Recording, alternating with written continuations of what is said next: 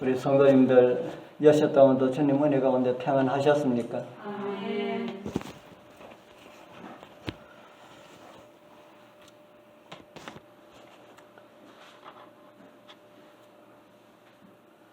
우리는 지난번에 시험하기 위하여 부르시는 하나님이라고는 이런 제목으로 왜 하나님께서 아브라함에게 그런 시험을 허락하실 수밖에 없었는지를 살펴보았습니다.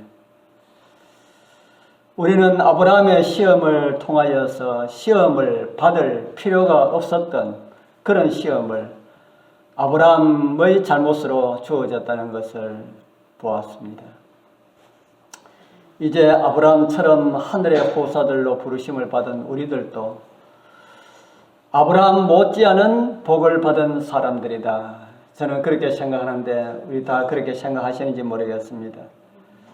우리 다 아브라함만큼 복을 받은 사람들입니까? 네.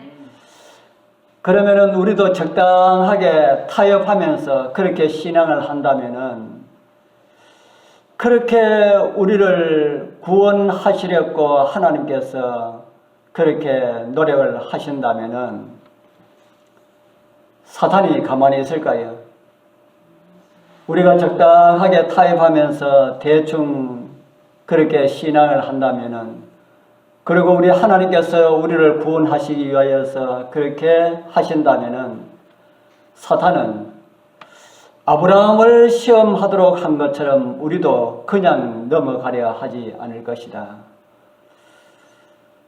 우리 그런 예를 잘 알지요. 욥에게 시험한 것을 우리가 그런 내용을 살펴보면은 하나님의 백성들을 어떻게 대하는지를 하나님의 말씀을 통하여서 성경은 우리에게 공개를 해주고 있습니다. 욥은 허물이 많았다 그랬습니까? 허물이 많이 없는 사람이라 그랬습니까? 예, 욥은 허물이 없는 사람으로 성경에는 우리에게 소개를 해주겠습니다. 사탄이 욥을 그냥 두지 않았지요. 그렇게 행복하게 잘 살아가는 욥을 볼 때에 사탄은 배가 아파가지고 못 견딘 겁니다. 그래서 욥에게 한 것을 통해서 하나님의 백성들을 어떻게 대하는지를 하나님께서는 성경을 통하여서 우리에게 공개를 해 주셨습니다.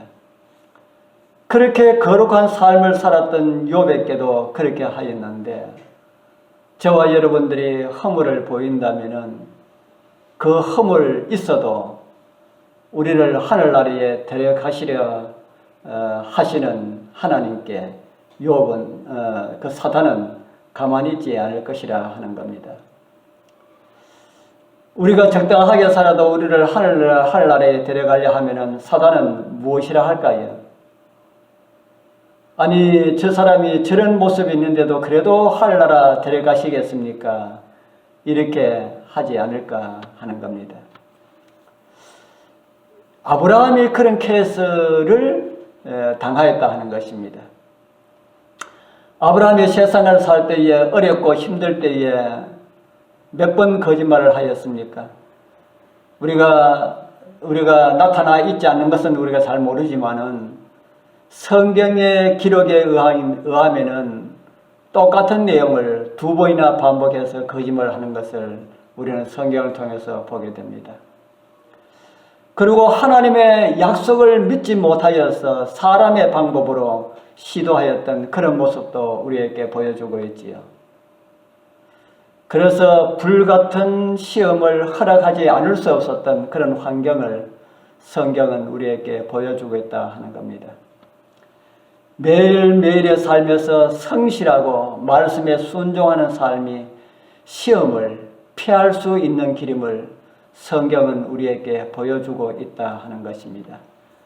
우리 모두 더 말씀에 순종하여서 우리를 넘어뜨리려 하는 사단의 공격들을 이기는 그런 은혜가 우리 모두와 함께하길 소원합니다.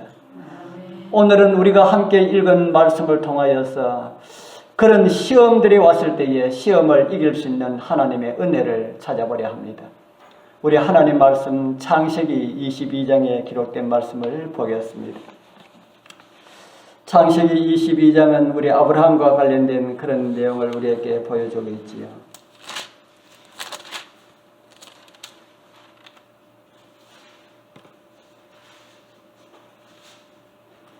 창세기 22장 1절에서 3절까지 우리가 같이 읽어보겠습니다. 그 일 후에 시작.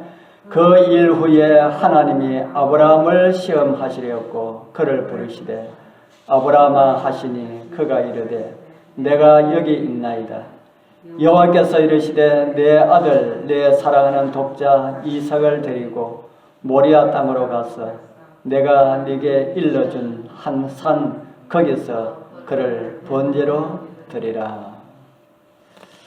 아브라함이 당한 이 시험 큰 시험입니까? 사람이 당할 수 있는 시험 가운데 크기를 말한다면 얼마 정도 될까요? 1에서 100까지 둔다면 얼마 정도 큰 시험이라는 생각이 듭니까?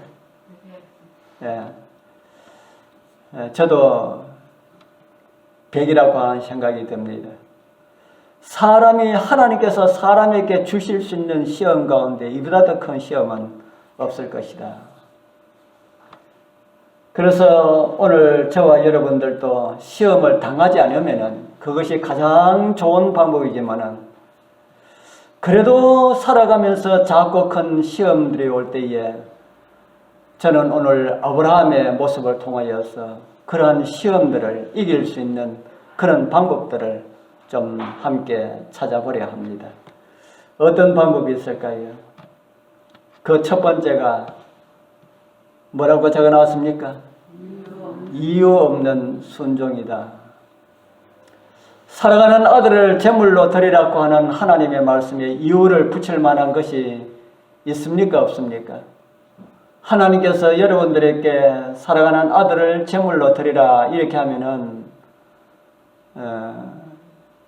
그냥 그 말씀에 순종하시겠습니까? 아니면 어떤 이유를 붙일 것이 있다고 생각합니까? 이유를 붙일 것이 많이 있지요. 하고 싶은 말들이 많이 있을 것입니다. 무슨 말을 하시겠습니까? 아마도 하나님께서는 살인하지 말라고 해놔놓고 왜 저보고 사람 죽이라 합니까? 라는 말을 아마 할 겁니다. 성경에 사람 죽이지 말라는 말씀이 있습니까? 우리가 출애굽기에 다른 하나님의 계명 외에도 많은 말씀이 있지만은 하나님의 계명 10가지 계명 가운데 살인하지 말지니라 라는 말씀을 하나님께서는 6째 계명 가운데 들어가도록 해주셨습니다. 그런데 이 계명은 아브라함 이후에 약 430년이 지난 그의 자손들이 모세와 함께 시내산에서 받은 그런 계명입니다.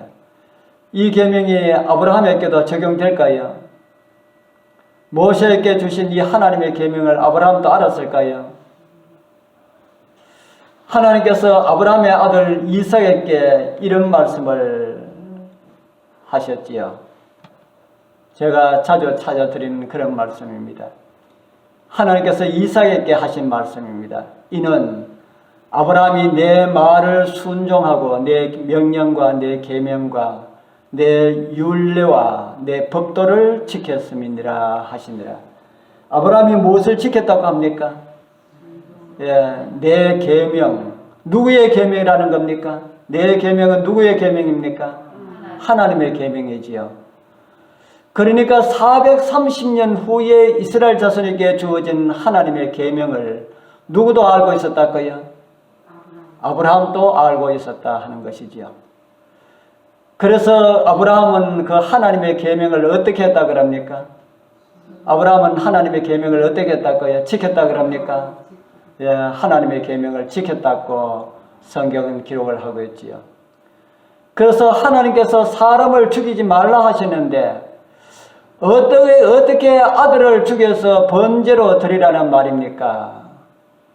어떻게 사람도 한 입에서 두 말 하지 않아야 되는데 하나님께서 한 입으로 두 말씀을 하실 수가 있습니까? 그거 하나님의 말씀에, 하나님의 법도에 어울리지 않는 그런 명령 아닙니까? 이런 말을 하나님께 들을 수가 있습니까? 이런 말씀을 들을 수가 있지요. 할 수가 있다는 겁니다. 이유는 하나님의 말씀이 그러하니까 그런 이유를 얼마든지 댈 수가 있다는 거지요. 그런데 아브라함은 뭐 하지 않았습니까? 아브라함은 뭐 하지 않았다고요? 이유를 달지 않았다. 그런데 이유를 달고 불순종하는 사람들이 성경에 있습니다. 하나님께서 무슨 말을 할 때에 이유를 달고 불순종하는 사람들이요. 성경에 보면 사울이라고 하는 사람 잘 아시죠? 이스라엘 초대왕. 그도 하나님의 말씀에 불순종함으로 인하여서 하나님의 선택하시면서 떨어질 위기에 몰렸습니다. 그런데 하나님께서는 한 번 더 기회를 주셨습니다. 불순종의 길을 가는 사람을 바로 버리지 않으시고 한 번 더 기회를 주셨다 하는 겁니다.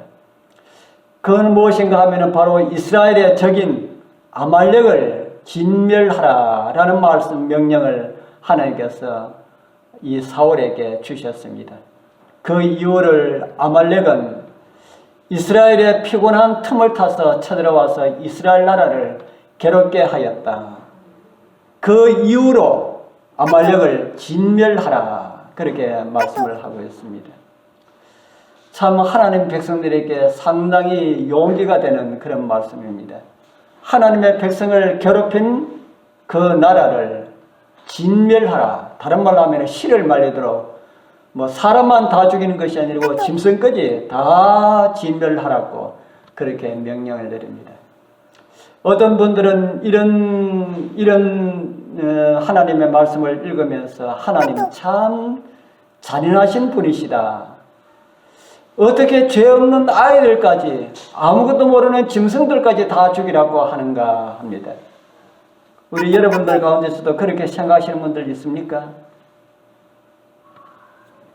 저는 울진에서 후포에 살 때에 아들이 족창으로 인하여서 엉덩이가 썩어가는데 그 아빠가 그 썩어가는 살을 칼로 도려내는 그런 것을 저는 봤습니다.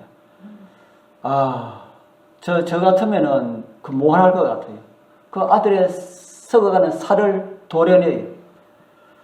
그래서 참 보고 많은 감동을 받았습니다. 왜 도려냅니까? 그냥 두면은 어떻게 합니까? 더 빨리 썩어 들어가기 때문에 도려낸다 하는 겁니다.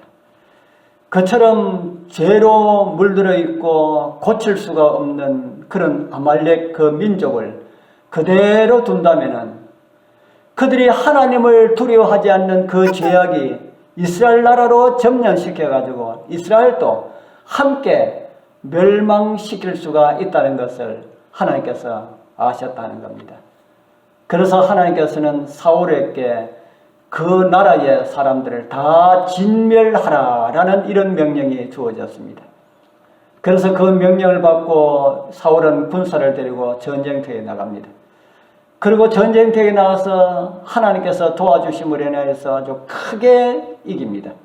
크게 이기고 돌아옵니다. 그때 선지자 사무엘이 사울이 전쟁에 나가서 이기고 돌아오는 사울을 마중을 나가는 그런 내용이 성경에 기록되어 있는데요. 그 사무엘 선지자를 만날 때에 사울이 먼저 사무엘에게 이런 말을 합니다. 사무엘이 사울에게 이르되 이른즉 사울이 그에게 이르되 원컨대 당신은 여호와께 복을 받으소서. 내가 뭐라고 합니까? 내가 여호와의 명령을 행하였나이다. 무엇을 행하였다고요? 여호와의 명령을 행하였나이다. 참 좋은 이야기입니까? 이 말씀은 말씀에 순종했다는 겁니까? 말씀에 불순종했다는 말입니까? 예, 제가 하나님의 말씀에 순종했습니다라는 말이지요. 그런데 그 말을 들은 사무엘이 이런 말로 대답을 합니다. 사무엘이 그러되 그러면은 내 귀에 들려오는 이 양의 소리와 내게 들리는 소의 소리는 어찌미니까? 무슨 말입니까? 다 죽이려 했는데 다 죽었다면은 조용하여야 하는데 지금 내 귀에는 무슨 소리가 들린다는 겁니까? 내 귀에는 무슨 소리가 들려요? 짐승의 우는 소리가 지금 내 귀에 들리고 있다. 그리고 눈에 아말렉 사람도 보인다라는 말은 하지 않았지만은 사무엘 눈앞에 아말렉 사람도 보았습니다. 그래서 내 귀에 들리는 이 소리는 도대체 무슨 소리입니까? 이렇게 하니까 사울이 이런 말을 하지요. 사울이 가로되 그것은 무리가 아말렉 사람에게서 끌어온 것인데 백성이 당신의 하나님 여호와께 제사하려 하여 양과 소의 가장 좋은 것을 남기며 그 외의 것은 우리가 진멸하였나이다. 무슨 말씀인지 다 아시죠? 어떤 것 남기고 어떤 것 다 죽였다는 겁니까? 좋은 것은 남기고 나쁜 것은 다 죽였다. 그래서 그 좋은 것을 가지고 뭐 하기 위하여서요? 하나님께 제사하기 위하여서 좋은 것을 가져왔습니다. 바로 그때 사무엘이 전한 아주 유명한 말씀이 사울에게 전달됩니다. 그 제 7연하는 거 보면은 이런 말씀이 있습니다. 순종이 뭐보다 낫다 그럽니까? 순종이 제사보다 낫다.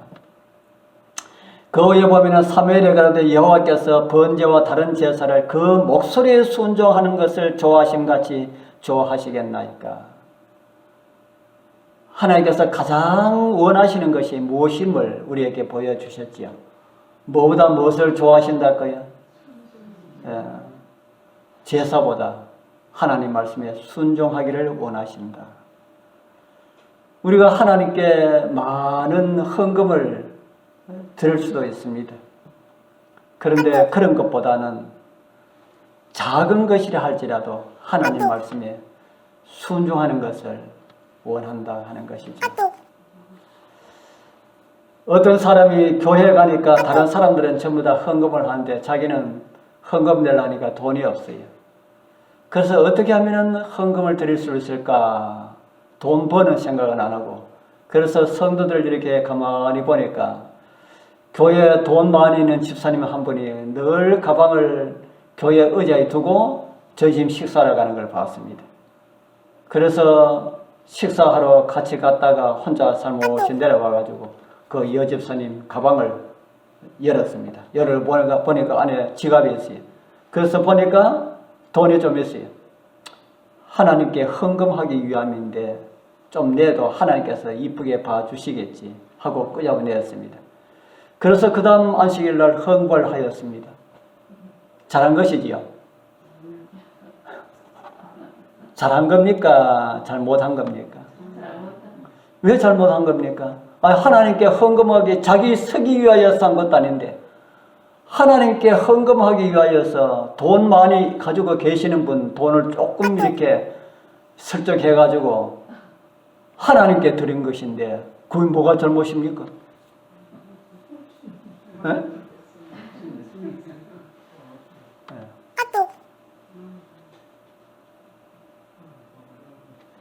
사무엘상 15장에 기록된 사무엘이 하는 이야기, 헌금 드리는 것은 제사와 같은 행위다 하는 것이죠. 헌금 그걸로 제사 드리기 전에 뭐가 먼저 있어야 된다는 겁니까? 순종이 있어야 된다. 순종이 있어야 된다. 이스라엘 백성들이 사울뿐만 아니라 이스라엘 백성들이 다 그런 삶을 살고 있었다는 겁니다. 예수님께서 계실 때에 이스라엘 백성들도 다 그런 모습 가운데 있었습니다. 여러분들 성경을 읽다가 고르반이라고 하는 단어 읽어보셨습니까? 고르반. 성경을 많이 안 읽으시니까 고르반이 있는지 없는지도 모르시죠?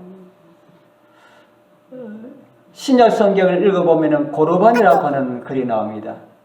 그 말씀의 뜻이 무엇인지 아십니까?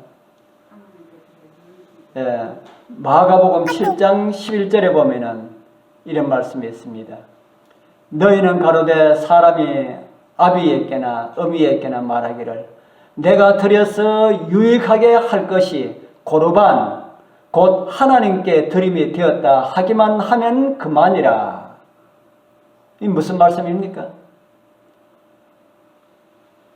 부모 공경하는 것도 좋지만은 내가 하나님을 위하여서 어떤 일을 하기 위하여서 부모한테 좀 잘 못해도 괜찮다. 그 말이 고르반이라 하는 말이라 하는 겁니다. 고르반. 다른 사람에게 잘 못해도 내가 하나님께 헌신하기 위하여서 하는 것이면은 다른 사람한테 피해를 주어도 괜찮다. 그게 뭐랄까요? 히브리 말로 고르반. 너희들이 부모한테도 그렇게 하고도 하나님께 드리면은 유익하게 되었다. 그 고르반 하면은 그만이라고 한다 하는 겁니다. 그래서 예수님께서 잘못된 신앙을 가지고 있다고 책망하시는 그런 모습을 우리는 성경을 통해서 보게 됩니다. 지금 누구도 그런 모습을 보이고 있습니까? 조금 전에 우리가 읽은 사울이 그런 모습을 보이고 있지요. 그런데 사무엘은 무엇이라 했습니까? 무엇이 뭐보다 낫다고요? 순종이 제사보다 낫다. 순종이 제사보다 낫다. 순종이 헌금 내는 것보다도 낫다 하는 겁니다. 헌금 내는 것도 하나님의 말씀에 순종해야 되지만은 없어서 못 내는 거 하나님께서 그것까지 너 왜 안 내느냐 하지 않으신다는 겁니다. 하나님께 드리기 위하여서 불순종하는 것보다는 드리지 않아도 순종하는 것이 훨씬 더 낫다. 하나님의 말씀에 대한 불순종을 많은 이유를 대가지고 하는 사람들이 있습니다. 하나님도 이럴 때는 눈 감아 주실 거야. 먹고 살기 위해서 어쩔 수가 없다 하는 겁니다. 아이들 장래를 위하여서 어쩔 수 없다는 것이지요. 좀 더 나아가서 한술 더 떠는 사람들은 하나님 사업을 이야기합니다. 하나님 사업을 위하여서는 불순종 좀 해도 하나님께서 눈 감아 주실 거야. 그렇게 한다 하는 겁니다. 하나님 말씀에 대한 순종의 이유 없는 순종. 그것이 누구의 순종이라는 겁니까? 하나님 말씀에 대해서는 이유 없는 순종. 아브라함의 순종이었다. 아브라함은 자식을 제물로 드리라고 하는 성경이 아주 명백하게 성경 말씀하고 어긋나는 이런 이야기를 하나님께서 하셨다 할지라도 얼마든지 하나님께 변명할 수 있는 이유를 댈 수 있는 그런 일이었지만은 아브라함은 그렇게 하지 않았다는 겁니다. 하나님께서 살인하지 말라 해놔놓고 왜 저보고 아들 주기라 합니까? 하나님께서 아들을 약속 25년이나 저는 기다려서 주신 아들인데 그것도 주기라 하는 이유가 뭡니까? 아주 많은 이유를 아브라함은 댈 수가 있었습니다. 그런데도 아브라함은 그렇게 하지 않았다. 이유 없는 순종으로 아브라함은 우리에게 본을 보여주고 있습니다. 우리 사랑하는 성도님들, 우리도 아브라함의 이런 믿음 좀 본받아야 되지 않을까요? 그래야만이 아브라함의 아들과 딸이 될 수가 있다 하는 겁니다. 우리 모두 순종의 믿음을 본받아서 하나님께서 우리에게 주신 말씀에도 우리가 이유 달지 않고 변명하지 않고 그냥 무조건 하고 순종하기가 힘이 들면은 주님이시여 정말 힘이 드네요. 이런 이야기 얼마든지 할 수가 있습니다. 하나님이시여 힘이 드네요. 그러나 하나님의 말씀에 순종하면은 하나님께서 말씀하셨기 때문에 하나님께서 책임지실 것이라고 하는 사실을 저는 믿고 하나님 말씀에 순종합니다. 이렇게 하고 하나님 말씀에 순종하면은 그 뒤에 문제는 100% 하나님께서 책임지실 것이다. 저는 그렇게 믿습니다. 우리 사랑하는 성도님들, 우리 다 그렇게 믿게 되길 바랍니다. 우리 여러분들이 살아가는 그 길 가운데 하나님 말씀에 순종하기 위하여서 많은 변명들 있을 것을 잘 압니다. 저도 그렇게 살아봤거든요. 그러나 이유되고 변명하면은 할수록 그것이 나에게 손해가 되더라.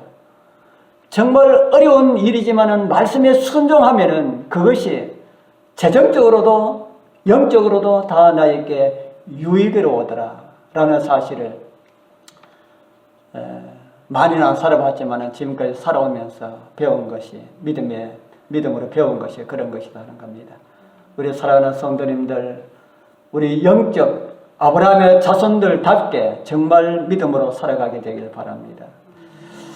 이제 두 번째 아브라함의 순종을 생각해 볼 것은 그는 망설임 없는 순종을 하였습니다. 창세기 22장 3절 아까 읽은 말씀 다시 한번 올려드립니다. 아브라함이 아침에 언제 일어났다 그럽니까? 일찍 일어났다. 일찍 일어났다. 여러분들은 일찍 일어나는 편입니까? 늦게 일어나는 편입니까? 여러분들 아침에 일찍 일어나는 편입니까? 늦게 일어나는 편입니까? 그런데 집에 우리 손주들이 와가지고 할머니, 할아버지 내일 아침에 일찍이 맛있는 게 해줘요. 그러면은 우리 정기선님 아침에 일찍 일어날까요? 아마 그렇게 이야기하면은 밤새도록 잠도 안 자고 내일 아침에 뭘 해줄까 하고 생각하고 정말 아침에 일찍 일어나서 그렇게 할 겁니다. 좋은 일이 있을 때는 사람이 일찍 일어나게 됩니다. 그런데 아침에 일어나면은 굳은 일, 생각하기 싫은 이런 일들이 아침에 기다리겠다. 뭐 일찍 안 일어나도 되는데 그런 일이 기다리겠다. 그러면은 몇 시 정도 되게 일어나겠습니까? 그러면은 뭐 내일 안 하고 모레 해도 되고 하는 일이라면은 아이고 모르겠다. 시간 자고나 보자 하고 늦게 일어날지도 모릅니다. 아브라함이 하나님께서 명령하신 그 일이 아브라함에게 기분 좋은 일입니까? 좀 그런 일입니까? 그렇다고 해서 기분 나쁜 일이냐고 물을 수는 없고 기분 좋은 일은 아닐 것이다. 그런데 아브라함은 그날 아침에 일찍 일어났습니다. 아마 아브라함이 일어난 모습을 아브라함의 같이 일한 사람이 400명이 된다 그랬으니까 누가 봐도 아브라함이 일찍 일어난 모습을 봤을 겁니다. 우리 주인이 오늘 아침에 무슨 좋은 일이 있나? 저렇게 일찍 일어나시지? 하기야 아브라함은 늘 아침에 일찍 일어났습니다. 그런데 우리는 이 성경을 통하여서 아브라함에게 무슨 일이 있는지 알잖아요. 아브라함에게 어떤 일이 일어나는지 우리는 알고 있지만은 그 당시에 아브라함의 가족에 함께 살았던 400명의 그 1000명 가까운 그 사람들은 아무도 몰랐습니다. 아브라함 가까이 있는 아들도 모르고 아브라함의 부인도 몰랐다는 겁니다. 그런데 아브라함은 일찍 일어났습니다. 아마 다른 종들보다 더 일찍 아마 일어나지 않았을까 그렇게 생각합니다. 그리고 번제를 드리기 위하여서 산에 가면 무엇이 필요할까요?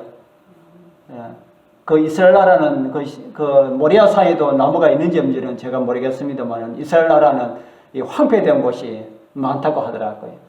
나무가 있는 곳이라 할지라도 나무에 필요한 나무는 아마 집에서 만들어 갈 겁니다. 그래서 성경에도 없지만은 아브라함이 일찍 일어난 이유 가운데 하나는 나무를 준비하기 위하여서 하지 않았을까 하는 생각합니다. 다른 날 같으면은 종들에게 얘들아 너희들 내일 하나님께 제사 드리기 위하여서 모리아 산으로 가야 되니까 너희들 나무를 좀 준비해라. 나무를 좀 준비해라. 이렇게 지시하였을 수도 있습니다. 다른 때 같았으면 그렇게 했을 것입니다. 그런데 오늘은 종들에게 시키기 싫었어요. 종들에게 오늘 제사 드리기 위하여서 나무가 필요하니까 너희들 나무 좀 준비해라. 이렇게 종들에게 시키고 싶은 마음이 없었다는 겁니다. 왜 그랬을까요? 누구를 태울 나무기 때문에요. 자기 아들을 태울 나무기 때문에 종들에게 시키지 않고 이 나무는 내가 쪼개야 되겠다 하고 아침에 일찍 일어나서 도끼를 가지고 했는지 무엇을 가지고 했는지 모르지만은 우리 옛날에 시골에서 도끼 가지고 나무 패고 그랬습니다. 저도 도끼 가지고 나무 쪼개봤습니다. 그 도끼를 가지고 나무를 다 쪼개가지고 다 준비해 놓고 난 다음에 이제 종을 껴옵니다. 이보게 오늘 우리 저 모리아산에 제사드리러 가야 되네.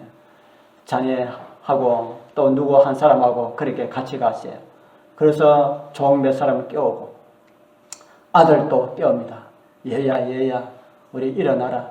오늘 우리 모리아산에 가서 제사 드려야 되는데 우리 하나님께서 오늘 모리아산에서 제사 드리라 해서 그러니까 나하고 함께 가자. 그런 이야기 하자마자 이삭은 아주 벌떡 일어나서 준비를 합니다. 그런데 누구에게는 이야기 안 했어요? 누구에게는 이야기 안 했을까요? 자기 부인에게는 이야기를 했습니다. 부인 보니까 저서 장막에서 자고 있는데 자고 있는 부인을 그냥 두고 이삭과 함께 종들과 함께 산으로 향해서 갑니다. 아마도 이 나무를 준비해서 산으로 가면서 이 종들은 참 이상하다 생각하였을 것입니다.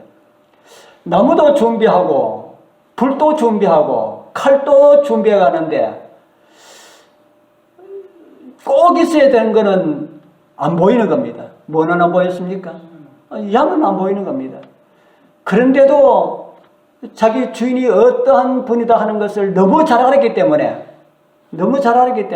우리 주인 빈틈없이 모든 일을 처리하시는 그런 분이신데 이런 생각을 하면서 어떤 하나님의 섭리가 있겠지 그렇게 생각하면서 아무도 아들도 종도 아무도 그 일을 입 밖에 내지 않았습니다. 그래서 산으로 걸어갔습니다. 우리는 이날 아침 아브라함이 하는 행동에서 아브라함의 승리의 비결의 한 모습을 우리에게 보여주고 있다 하는 겁니다. 제가 지금 다 말씀을 드렸습니다. 여러분은 아브라함의 어떤 모습을 담기를 원합니까?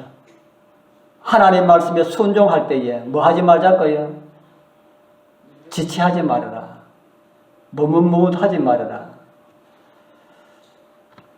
머뭇거리는 그 말씀이 순종의 그 지체가 사단에게 틈을 줄 수가 있는 그런 시간이 될 수가 있다 하는 겁니다. 아브라함은 지체할 수 있는 충분한 이유가 있었습니까? 이제는 아들을 제물로 바치게 되면 아들을 다시는 못 볼 수가 있는데 그래도 며칠 동안이라도 사랑하는 아들과 함께 추억 만들기를 좀 하자. 이래서 아들 며칠 동안 같이 있는다고 해서 하나님께서 뭐라 하시겠는가? 그래서 머뭇거릴 수 있었다 하는 겁니다. 며칠 동안 함께 할 수가 있었다 하는 겁니다. 그런데 아브라함은 그렇게 하지 않았습니다. 그래서 성경도 우리에게 이렇게 말씀을 주고 있습니다. 신명기 23장 21절 잘 보입니까? 보이면 우리 같이 한번 읽어보겠습니다. 내 하나님 시작 내 하나님 여호와께 서원하거든 갚기를 더디 말하지 말라.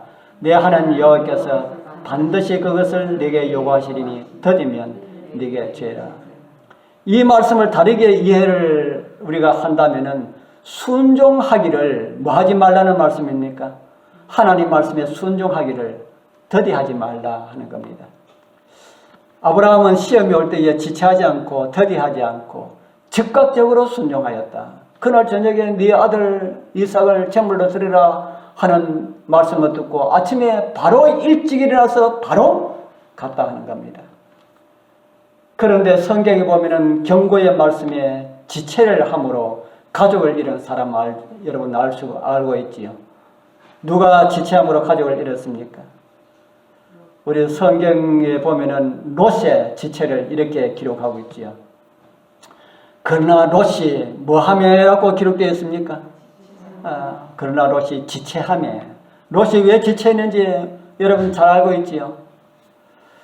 여러분들 롯하고 아브라함하고 비교해 보면은 누가 천천히 해도 됩니까? 누가 천천히 하고 지체해도 괜찮습니까? 아브라함하고 롯하고. 롯은 지금 하늘에서 지금 뭐가 내려온다고 지금 천사가 이야기하고 있습니까? 하늘에서 지금 불이 내려와서 이 소돔성을 멸망시키려고 하고 있다. 지체하면은 유황불에 타서 멸망당할 수도 있다. 그러니까 빨리 도망가야 된다. 그런데 아브라함은 그런 게 아니지 않습니까? 아브라함은 일찍 가지 않아도 됩니다. 꼭 가기는 가야 하지만은 아침에 안 가도 되고, 점심때 가도 되고, 저녁때 가도 되고, 내일 가도 되고, 모레 가도 되고, 일주일 후에 가도 되고, 언제든지 드리면 되는 거 아닙니까? 그런데 아브라함은 그렇게 하지 않고 일찍 갔다. 왜 일찍 갔을까요? 왜 일찍 갔을까요? 네, 일찍 안 가고 하루 정도 더 더디 가면은 누구에게 시간을 준다는 말입니까? 사단이 그 하루 동안 자신의 마음을 미혹할 수 있는 그런 시간을 준다 하는 것이죠. 아브라함은 말씀에 순종하는 일에 있어서 지체와 망설임과 더디게 하는 것 하지 않았습니다. 그것이 바로 유황불로 멸망당한 것과 같은 것으로 아브라함은 생각했다는 겁니다. 하나님 말씀에 지체하는 것은 유황불로 멸망당하는 그와 같은 그런 어려운 그런 것이다. 그렇게 생각했습니다. 제가 지금 드린 말씀 무슨 말씀인지 이해가 되십니까? 말씀에 순종하는 것이, 말씀에 대한 망설임은 불순종으로 가게 하는 지름길이다 하는 겁니다. 우리 사랑하는 성도님들, 하나님 말씀에 순종하는 것에 지체하지 말기를 바랍니다. 그래서 다윗 시편 기자 다윗은 이런 말씀을 시편에 기록하고 있습니다. 주의 계명을 지키기에 내가 어떻게 했다 그럽니까? 주의 계명을 지키기에 어떻게 했다고요? 신속히 하고 지체치 아니하였나이다. 오래전에 한 30년 되었을까, 저희들 저 외관에 있을 때 저희들 300만 원 주고 땅을 사는데 그게 올려가지고 3천만 원 받았습니다. 많이 받았습니까?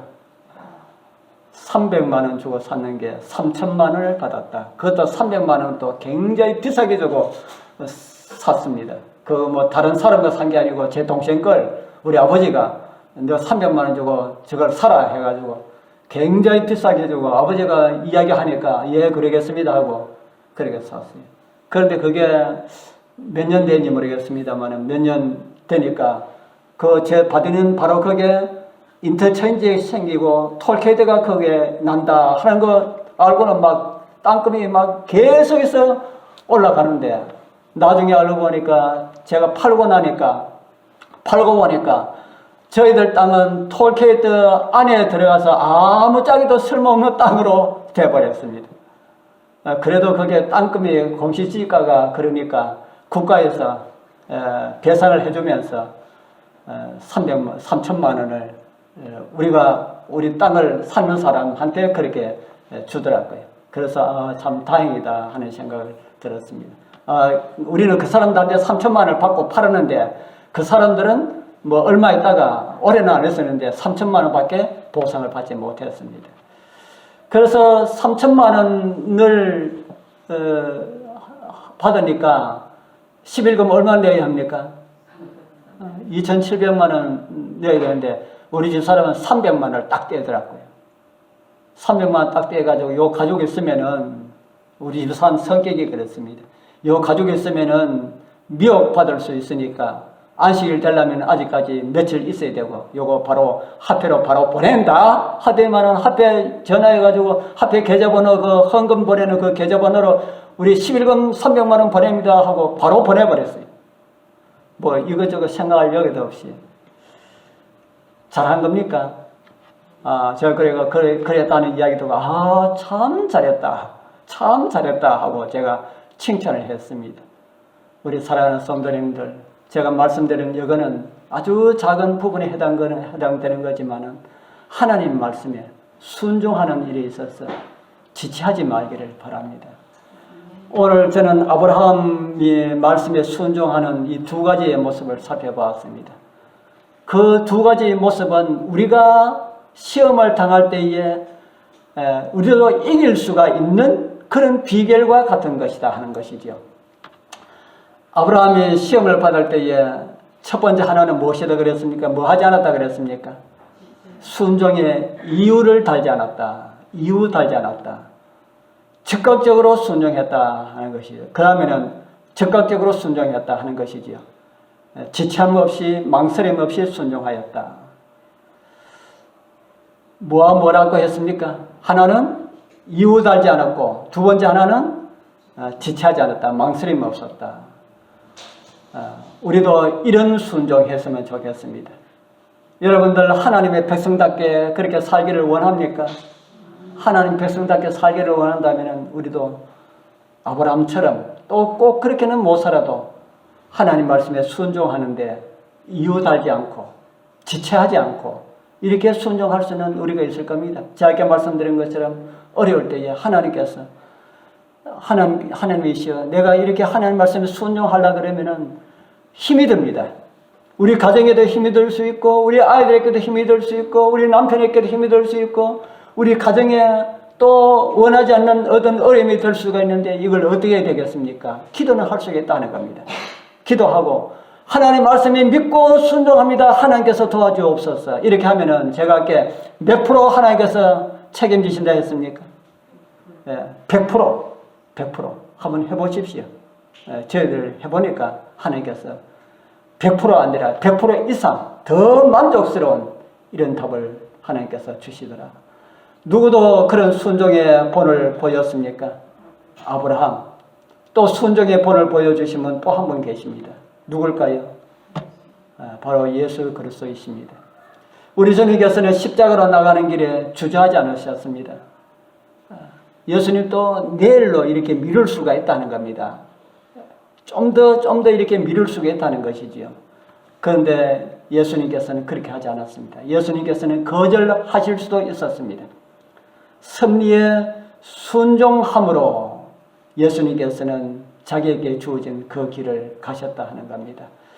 그 길이 예수님께서 가신 그 길이 아브라함만 했을까요? 예수님의 그 십자가로 나가는 그 길하고 아브라함이 아들을 데리고 모리아사로 가는 그 길하고 누구의 길이 더 힘들었을까요? 제가 이제 다음에 그 아브라함이 갔던 그 모리아 길 3일 길이라고 하는 이런 내용을 제가 좀 드리려 합니다.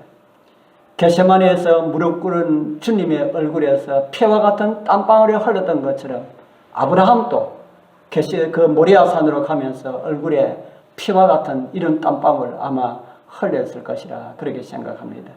우리 사랑하는 성도님들, 우리 믿음의 조상 아브라함도 그런 본을 보여주셨고 우리를 구속하신 우리 구원자 예수 그리스도께서도 그런 본을 우리에게 보여주셨습니다.